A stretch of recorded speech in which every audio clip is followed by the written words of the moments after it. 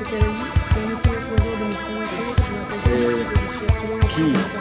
contribue au développement des États membres.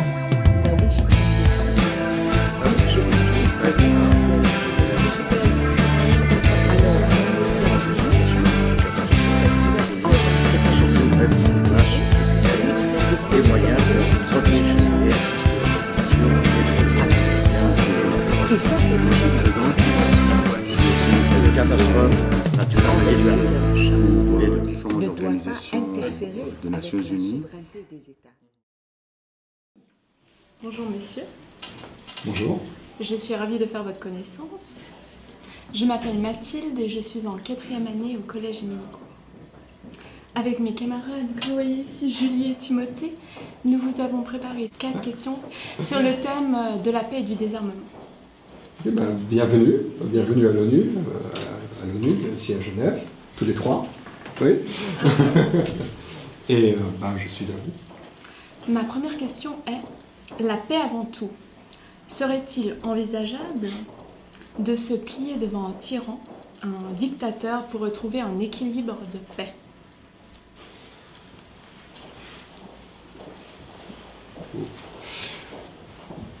Pour nous, pour l'ONU, je pense que je sais, c'est clair, nous avons certaines valeurs qui se retrouvent, que vous retrouvez dans la Charte des Nations Unies.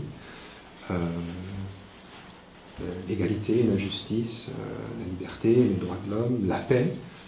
Et je pense que tout notre travail doit se faire et se fait. Et le secrétaire général a mentionné de nouveau samedi dernier à Munich, à la conférence de la sécurité. C'est ça le cadre dans lequel nous travaillons. Donc tout notre travail vers la recherche de la paix, de la stabilité, est formé se trouve dans ces paramètres. Je pense que ça répond déjà en partie. Maintenant, ce qui est important, ce que nous faisons, c'est nous donnons donc cette fameuse, comme une table et des chaises, aux différentes parties d'un conflit, pour qu'ils aient un espace dans lequel ils puissent communiquer entre eux.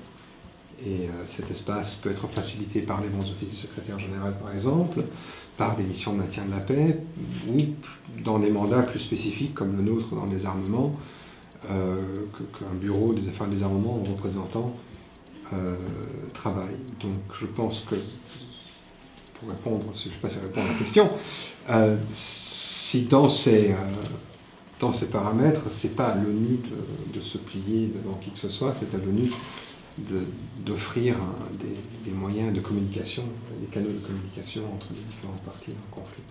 D'accord, merci. Nous avons remarqué qu'il existe de nombreuses lois concernant le commerce d'armes.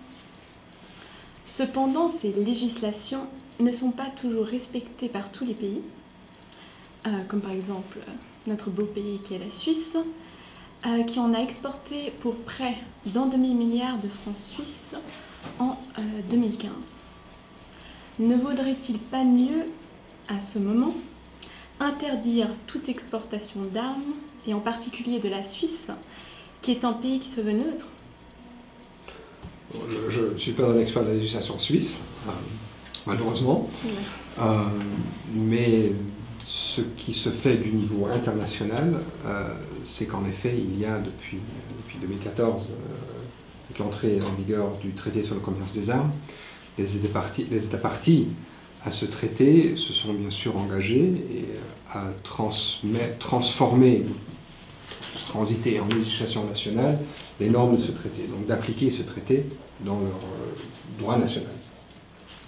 Et ce traité prévoit en effet une interdiction de vente d'armes classiques vers des pays si ces armes pourraient être utilisées, par exemple, pour des violations des droits internationaux humanitaires ou bien des graves violations des droits de l'homme.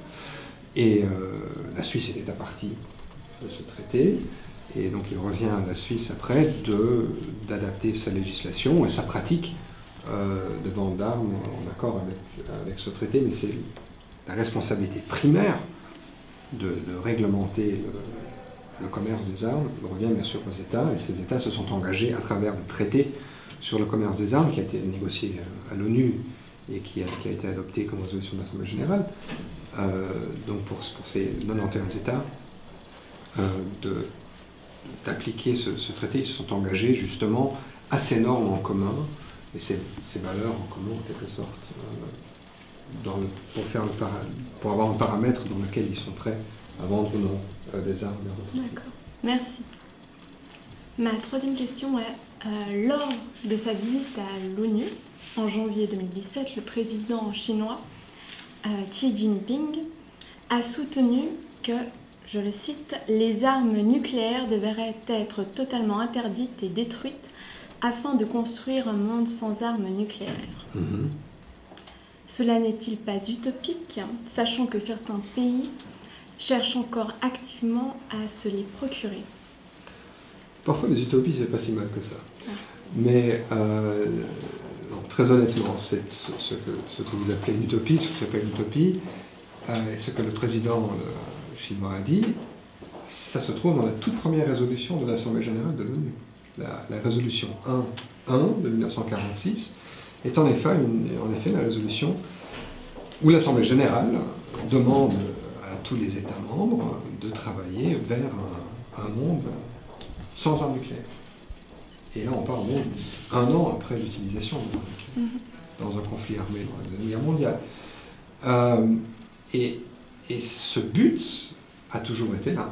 D'une part, l'Assemblée générale, tous les ans, adopte des résolutions dans cette direction, mais aussi, des étapes se sont déjà faites.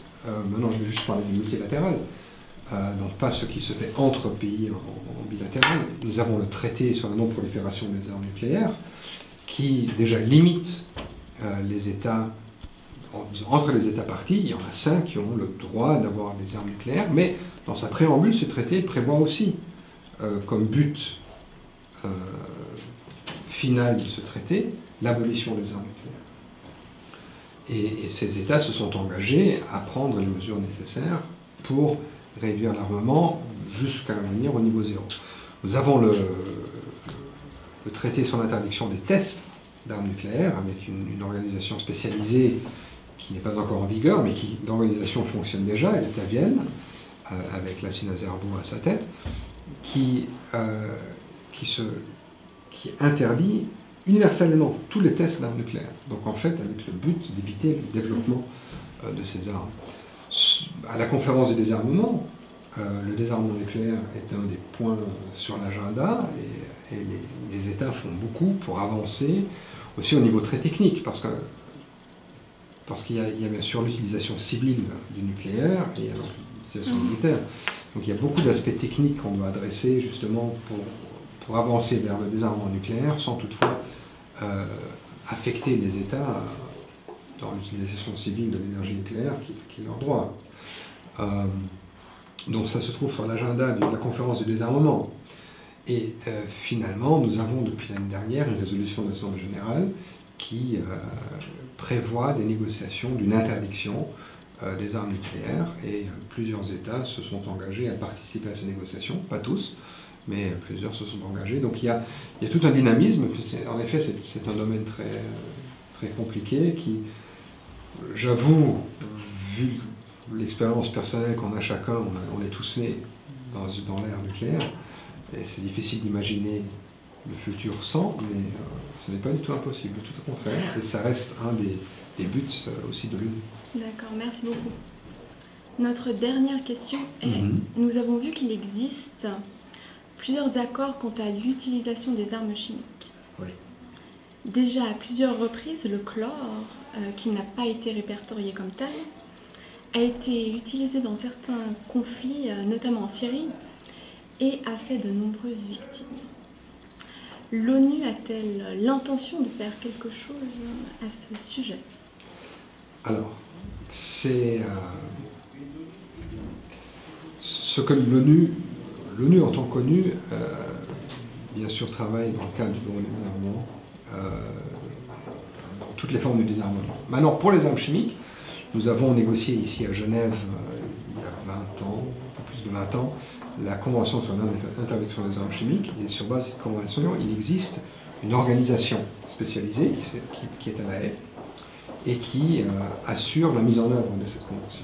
Donc nous avons tout un groupe de gens hautement qualifiés, les experts dans le domaine, qui travaillent à La Haye. Maintenant, pour le chlore, en effet, il y a un problème pratique, c'est-à-dire qu'il n'est pas répertorié dans les produits interdits. Par contre, l'utilisation d'un produit chimique comme arme de guerre reste toutefois interdite par la Convention. Donc cet élément-là reste. Et il y a eu plusieurs rapports déjà au Conseil de sécurité, une résolution du Conseil de sécurité à ce sujet, suite aux enquêtes qui sont faites notamment en Syrie par le mécanisme d'enquête conjoint entre l'ONU, qui a donc ce rôle global, politique, et puis des collègues de La Haye, de l'Organisation sur l'interdiction des armes chimiques, qui sont des spécialistes, qui sont des experts dans le domaine. D'accord, merci beaucoup pour votre temps et vos réponses. Merci beaucoup Mathilde, et Julie et Timothée. Merci beaucoup pour votre temps. Merci pour votre intérêt dans le sujet et d'être venu à Genève. C'était un vrai plaisir. Bonne chance. Merci. Et pour vous, c'est